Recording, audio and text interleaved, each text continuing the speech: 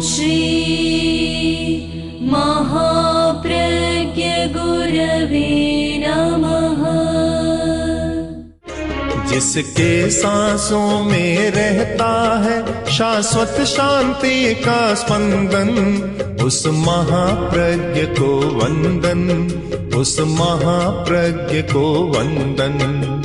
सत्य अहिंसा अनेकांत को अर्पित जिसका तन मन, उस महाप्रज्ञ को वंदन, उस महाप्रज्ञ को वंदन। जिसके सांसों में रहता है शाश्वत शांति का स्पंदन, उस महाप्रज्ञ को वंदन, उस महाप्रज्ञ को वंदन।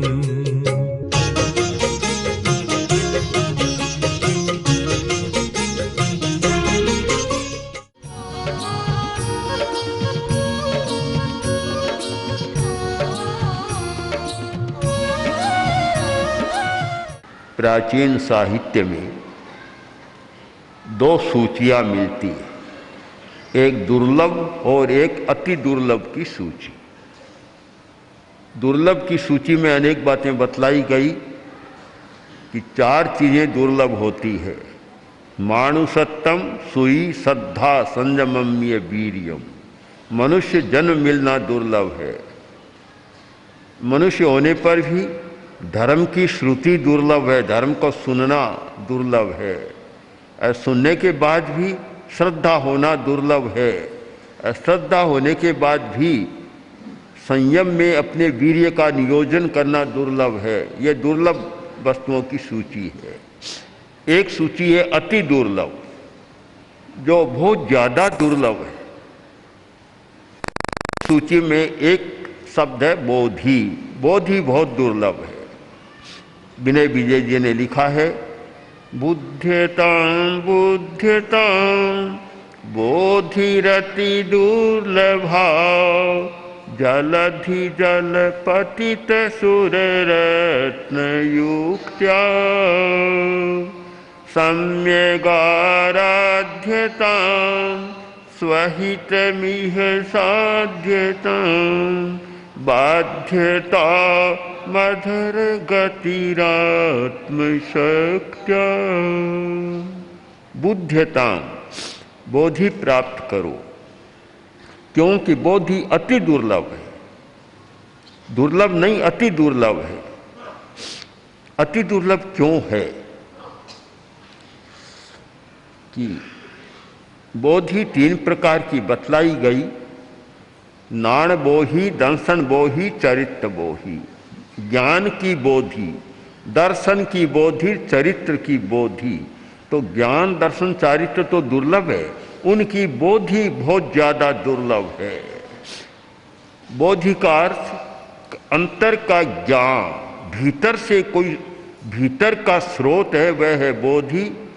कुएं का पानी है, भीतर का स्रोत है, वह है बोधि। और कुंड का पानी है ज्ञान हमारा। भरत चक्रवर्ती हो गए और आयोजन किया गया, चक्रवर्ती और विजय का आयोजन, और सब लोग आए, भाई नहीं आए। जब भरत सिंहासन पर जाकर बैठा और देखा तो सब दूसरे राजे विद्यमान है, किंतु भाई नहीं है। बाहुबली भी नहीं है और 98 भाई और वे भी नहीं है। भरत का मन खिन्न हो गया। यह कैसा प्रसंग, विजय का उत्सव और सब लोग आए हैं और मेरे सगे भाई नहीं आए। स्वाभाविक है मन पर एक चोट होना। एक चोट सी लगी। आखिर लंबी चर्चा के बाद निर्णय लिया कि 98 भाइयों को दूत भेजा जाए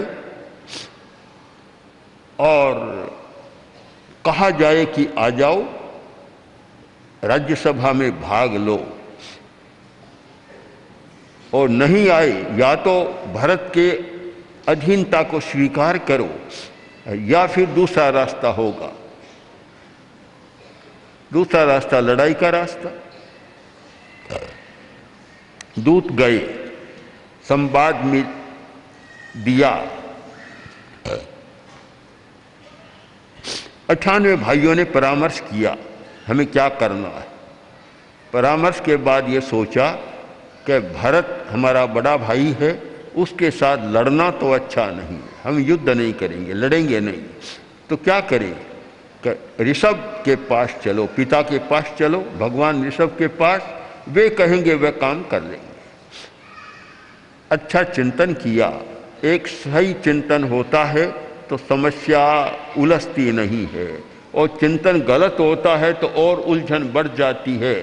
सबसे बड़ी बात है सम्यक चिंतन। समय पर ठीक चिंतन हो जाए तो समस्या को समाधान मिलता है, पर बहुत कम लोग हैं जो ठीक चिंतन कर पाते हैं, और नहीं कर पाते इसका कारण है आवेश।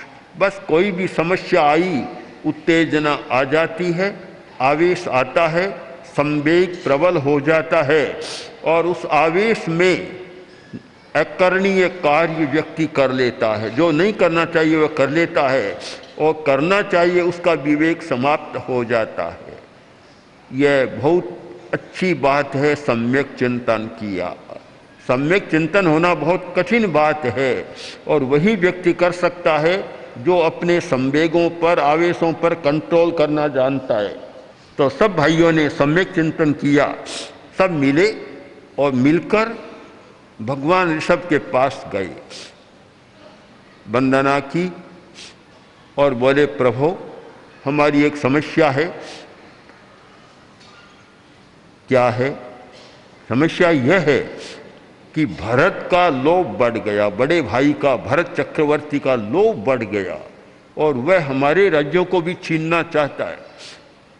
उसका संदेश मिला हमें कि या तो भरत की अधीनता स्वीकार करो और नहीं तो युद्ध के लिए तैयार हो जाओ। अब हमारी समस्या, हम बड़े भाई से लड़ना नहीं चाहते और पराधीनता भी हम स्वीकार करना नहीं चाहते, हम स्वतंत्र रहना चाहते हैं, पराधीनता भी हमें मान्य नहीं है। हम क्यों पराधीन बने? हमने भरत से कहलवा दिया कि भरत भाई भरत, राज्य प्रभु ऋषभ ने दिया है, तुमने नहीं दिया है। हमें जो राज्य मिला है भगवान ने दिया है, तुमने नहीं दिया। अगर तुमने दिया होता तो ठीक है, तुम मांगते हम लौटा देते, पर तुमने तो दिया नहीं। दिया हुआ है प्रभु का, तो प्रभु अब हम आपके चरणों में आए हैं, आपका दिया हुआ राज्य, और भरत छीनना चाहता है। अब हम क्या करें? क्या बड़े भाई के साथ युद्ध करें या क्या करें हम? या उसकी पराधीनता को स्वीकार कर लें, अपनी स्वतंत्रता को हम समाप्त कर दें? हमें क्या रास्ता चुनना चाहिए? भगवान ने सारी बात सुनी। अब शायद अरहत ऋषभ, भगवान ऋषभ के सामने भी समस्या थी। एक और भरत है, दूसरी ओर 98 बेटे, किसको राजी करें, किसको नाराज करें, किसकी बात माने, किसकी बात को ठुकराएं? बड़ी समस्या हो गई दोनों की बात। पर वे तो ज्ञानी थे, अंतर्ज्ञानी थे, और भगवान ऋषभ का जीवन इतना साधना का जीवन रहा है, बड़ी उत्कृष्ट साधना उन्होंने की है, अध्यात्म योग की साधना की। और आपको आश्चर्य होगा कि भगवान ऋषभ की साधना का वर्णन जैन साहित्य में तो है ही, पर शायद श्रीमद् भागवत में जितना विस्तार से किया गया है, बहुत विस्तार से उनकी साधना का वर्णन मिलता है। अवधूत साधना, बड़ी विचित्र उनकी साधना थी। तो उनका तो अंतर्ज्ञान जागृत था, आत्मा जागृत थी, भीतर का प्रकाश था। जब भीतर का प्रकाश होता है तो अंधेरा सामने टिकता नहीं, कोई समस्या टिकती नहीं है। जब कोहरा बाहर का प्रकाश होता है तो समस्या सुलझती नहीं है। बाहर का प्रकाश आँखों को रोशनी दे देता है, पर चेतना को रोशनी नहीं देता। और भीतर का प्रकाश आँखों को रोशनी दे या न दे, किंतु चेतना को इतना प्रकाश देता है कि उस प्रकाश में अंधकार की सारी समस्याएं सुलझ जाती है। भीतर का प्रकाश हुए बिना अंधेरे को भी मिटाया नहीं जा सकता। तो भगवान तो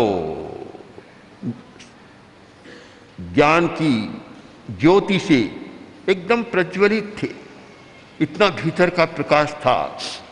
तब भगवान ने कहा कि बोलो तुम क्या चाहते हो? कहा हम अपना राज्य चाहते। राज्य चाहते हो? तुम राज्य चाहते हो और आज मान लो भरत ने नहीं किया, कल दूसरा कोई तुम्हारा राज्य छीन लेगा, भरोसा है क्या कोई नहीं छीनेगा? क्यों? राज्य में तो चलता रहा है संघर्ष और हो जाएगा। फिर ये तुम्हारा राज्य अस्थायी राज्य है, अशाश्वत राज्य है, जिस पर कोई भी आक्रमण कर सकता है, कोई भी उसको छीन सकता है, अपना अधिकार जमा सकता है। बोलो क्या चाहते हो? मैं तुम्हें ऐसा राज्य दूं जिसे कोई छीन नहीं सकता। बोलो शाश्वत राज्य चाहते हो, चले जाने वाला राज्य चाहते हो? तब सब देखने लग गए और बोले प्रभु हम तो स्थायी राज्य चाहते, स्थायी राज्य चाहते, हम ये चले जाने वाला राज्य नहीं चाहते। तब भगवान ने कहा संबुज्य है किंग न बुज्य है, संबुज्य है किंग न बुज्य है। तुम संबोधि को प्राप्त करो। संबोधि मनुष्य बने हो, फिर क्यों नहीं संबोधि को प्राप्त कर रहे हो? संबुज्य है किंग न बुज्य है। यह मनुष्य जन्म बार बार नहीं मिलेगा, इसमें क्षमता है कि संबोधि प्राप्त की जा सकती है। तो तुम संबोधि को प्राप्त करो। लो मैं तुम सबको संबोधि का राज्य देता हूं। सबकी चेतना का रूपांतरण हो गया, चेतना बदल गई, सब तैयार हो गए, उस राज्य को छोड़ा और उस राज्य की दिशा में चल पड़े कि जिसे कोई छीन नहीं सकता, कोई पराधीन बना नहीं सकता। वह संबोधि का राज्य उनको मिल गया। शायद पदार्थ की दृष्टि से सोचने वाले को लगता है कि उन्होंने बड़ी भूल कर दी कि भगवान के पास गए और बात को बदल दिया, उनके प्रभाव में आ गए, प्रभावित हो गए, उस राज्य को छोड़ा और संबोधि के राज्य में चले गए। ऐसा भी सोचा जा सकता है। और जो व्यक्ति पदार्थवादी चेतना वाले होते हैं, जो व्यक्ति भौतिक दृष्टिकोण वाले होते हैं, उनकी दृष्टि में तो 98 पुत्रों ने कोई समझदारी का काम नहीं किया। किंतु जो परमार्थ की दृष्टि वाले लोग हैं और परमार्थ की दृष्टि से सोचते हैं, भी अंतरात्मा और भीतर की दृष्टि से देखते हैं, अध्यात्म की दृष्टि से देखते हैं, उन्हें लगेगा कि भगवान ने उनको ऐसा राज्य दे दिया जिसकी तुलना में कोई भी यह भूखंड वाला राज्य टिकता नहीं है। संबोधि का राज्य, भूखंड का मिलना, भूमि, धन, ऐश्वर्य मिलना दुर्लभ है। दुर्लभ तो कह सकते, पर अति दुर्लभ नहीं। संबोधि अति दुर्लभ है। और जब संबोधि प्राप्त हो गई, उसका मूल्य कम हो गया, एकदम मूल्य कम हो गया। जब तक संबोधि नहीं है, तब तक सच्चाई हमारे समझ में नहीं आती।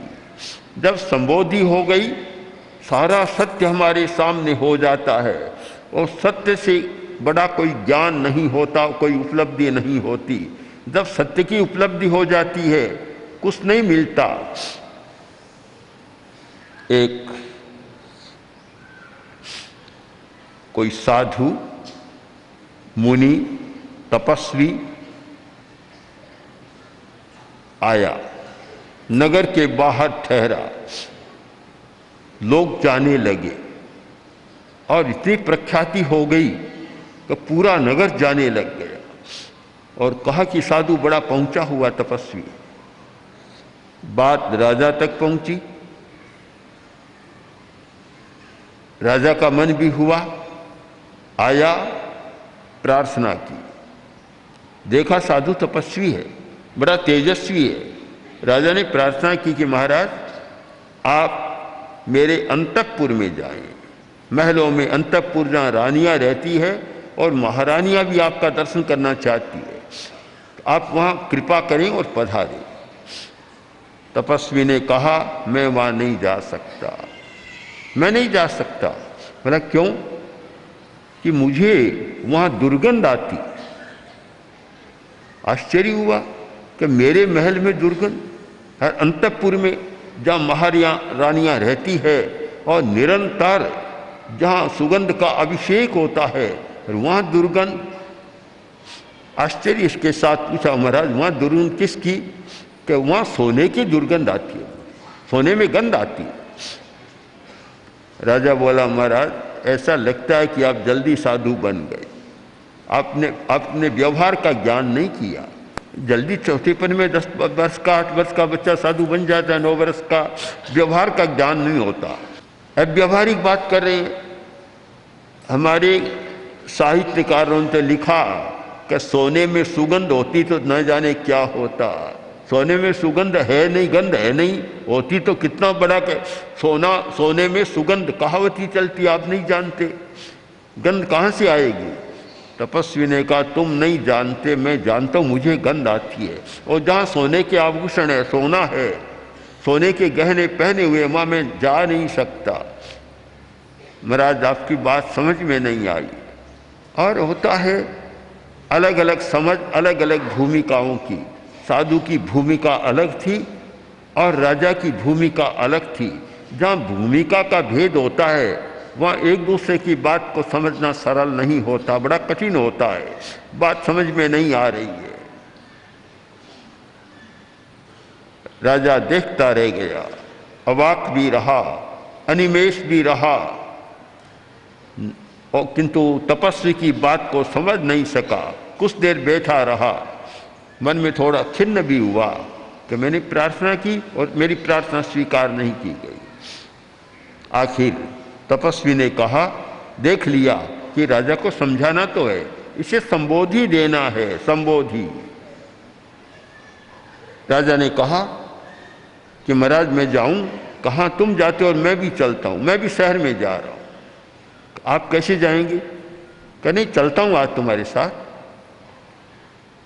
तपस्वी चला, राजा भी चला, दोनों जा रहे। नगर के बाहर पहुंचे और एक चमार का घर आया जहाँ चमड़ा सुखाया जा रहा था। और जब चमड़ा सुखाते हैं इतनी बदबू आती है, हमने भी अनुभव किया। बालोतरा में चौमासा था विद्यालय में, और कुछ दूरी पर चमड़े सुखाए जाते थे। बहुत बार तो वहाँ बैठे बैठे भी कठिनाई का अनुभव होता, कितनी दूरी से। तो चमार का घर आया, तपस्वी ने राजा का हाथ पकड़ लिया कि भीतर चलो। राजा ने तो रुमाल निकाला और नाक को इतना बंद कर लिया कि सांस लेना मुश्किल हो गया। बोला महाराज कहाँ ले जा रहे हैं? कि भीतर चलो। कि महाराज कहाँ? चमार का घर है, चमड़ा सूख रहा है, आप कहाँ ले जाएंगे? कि चलो तो सही। आखिर क्या करे? तपस्वी का हाथ पकड़ा हुआ था, भीतर गए। चमार को पता चला, आया तो तपस्वी ने कहा अरे तुम्हारे पास रुमाल नहीं है? कि नहीं है। तुमने नाक बंद नहीं किया? कि क्यों? कि देखो राजा ने कर रखा है, तुझे गंध बदबू नहीं आती? कि बदबू है कहाँ महाराज? बदबू कहाँ है? बदबू है ही नहीं मेरे घर में, तो ये चमड़ा सूख रहा है, बदबू नहीं है? कि बिल्कुल नहीं है। तपस्वी ने मुड़कर राजा की ओर देखा और कहा कि राजा क्या कह रहा है, झूठ बोल रहा है। बोला महाराज आप व्यवहार को नहीं जानते, मैंने पहले ही कहा आप जल्दी साधु बन गए, आपको व्यवहार का ज्ञान नहीं है, और सब तपस्वी आप है। इसको गंध कैसी आएगी? रात दिन चमड़े के बीच में रहता है, भला इसको बदबू कैसे आएगी? हम लोग नहीं रहते, मैं नहीं रहता, इसलिए मुझे बदबू आती है और रुमाल से नाक को बंद करना पड़ा। आप समझे नहीं मेरी बात को? तपस्वी ने कहा मैं तो समझ गया, पर तू मेरी बात को नहीं समझाना, कठिनाई तो ये है। मैंने यही तो कहा कि तू सोने के बीच में रहता है, तुझे गंध नहीं आती। मैं सोने से परे रहता हूँ, मुझे सोने की भी गंध आती है। राजा ने शायद दोनों कान पकड़ लिया होगी, महाराज आपकी बात ठीक है। जो व्यक्ति केवल पदार्थ के साथ रहता है, पदार्थ के बीच रहता है और केवल पदार्थ की भाषा बोलता है, पदार्थ के बारे में सोचता है और सब कुछ पदार्थ को ही मानता है, उसे तो लगेगा कि ऋषभ के पुत्रों ने बड़ी भयंकर भूल की कि अपने राज्यों को छोड़ दिया और ऋषभ के साथ चले गए। उनका दृष्टिकोण हम गलत तो नहीं कहेंगे, क्योंकि पदार्थ के साथ रहने वाले का यही दृष्टिकोण होगा, इससे भिन्न क्या हो सकता है। किंतु जब व्यक्ति पदार्थ से परे, जब पदार्थातीत चेतना में जाता है और देखता है कि सच्चाई कोरा पदार्थ नहीं है, सच्चाई तो पदार्थ से परे है और जहाँ जाने पर हमें सत्य का अनुभव होगा उस भूमिका पर जाता है, तब वह कहेगा कि ऋषभ के पुत्रों ने उस क्षणिक राज्य को, क्षणभंगुर राज्य को छोड़कर और संबोधि को राज्य प्राप्त किया, उनसे बड़ी कोई समझ की बात नहीं हो सकती। दोनों भूमिकाओं का भेद है। हम इस भूमिका भेद को समझकर चिंतन करें तो हमें लगेगा कि धन मिलना दुर्लभ हो सकता है, सुविधा मिलना दुर्लभ हो सकता है, पदार्थ की प्राप्ति दुर्लभ हो सकती है, पर अति दुर्लभ नहीं है। सबसे ज़्यादा दुर्लभ है संबोधि की प्राप्ति, संबोधि मिलना सबसे ज़्यादा दुर्लभ है। वह व्यक्ति भाग्यशाली होता है जिसे संबोधि प्राप्त हो जाती है, और वह व्यक्ति तो कितना भाग्यशाली होगा जिसे संबोधि का राज्य मिल जाता है, और वह व्यक्ति वे कितने धन्य थे कि जिन्हें स्वयं ऋषभ के द्वारा संबोधि का राज्य दिया गया। हम भी चाहते हैं आज ऋषभ हमारे सामने हो और हमें भी संबोधि का राज्य दे। हमारी भावना तो है, पर न तो ऋषभ है और न संबोधि का राज्य देने की कोई चर्चा है। वह संबोधि का राज्य न मिले, वह साम्राज्य चाहे न मिले, किंतु कम से कम संबोधि को पाने का तो हमारा प्रयत्न होता रहे। हमें संबोधि को प्राप्त करना है और संबोधि की भूमिका पर जाना है। अगर हमारा प्रयत्न संबोधि पाने की दिशा में चले तो मैं मानता हूँ एक नया सूर्योदय होगा, स्वर्णिम सूर्योदय होगा कि हम पदार्थ की चेतना से ऊपर उठकर एक पदार्थातीत चेतना का विकास करने की दिशा में प्रस्थान कर रहे हैं, और वह दिशा शायद हमारे भाग्योदय की सबसे बड़ी दिशा होगी।